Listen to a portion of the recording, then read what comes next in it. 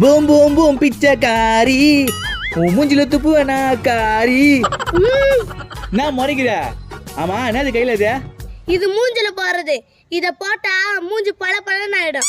அப்படியா? அப்ப மாமா குளிச்சிட்டு வந்துரு, இது ரெடியா வச்சுக்கோ. நானும் இதை போட்டு பல பலன் ஆயிடுறேன். இந்த பெப்பி காயில வச்சு உன்னை என்ன பண்ற பாரு. பல பலன்னு ஆகணுமா?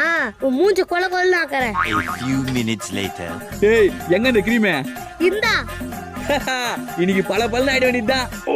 ஐயோ கர்ணே, உன்னை விட அழகு வேற எவனும் இருக்கக்கூடாதுடா.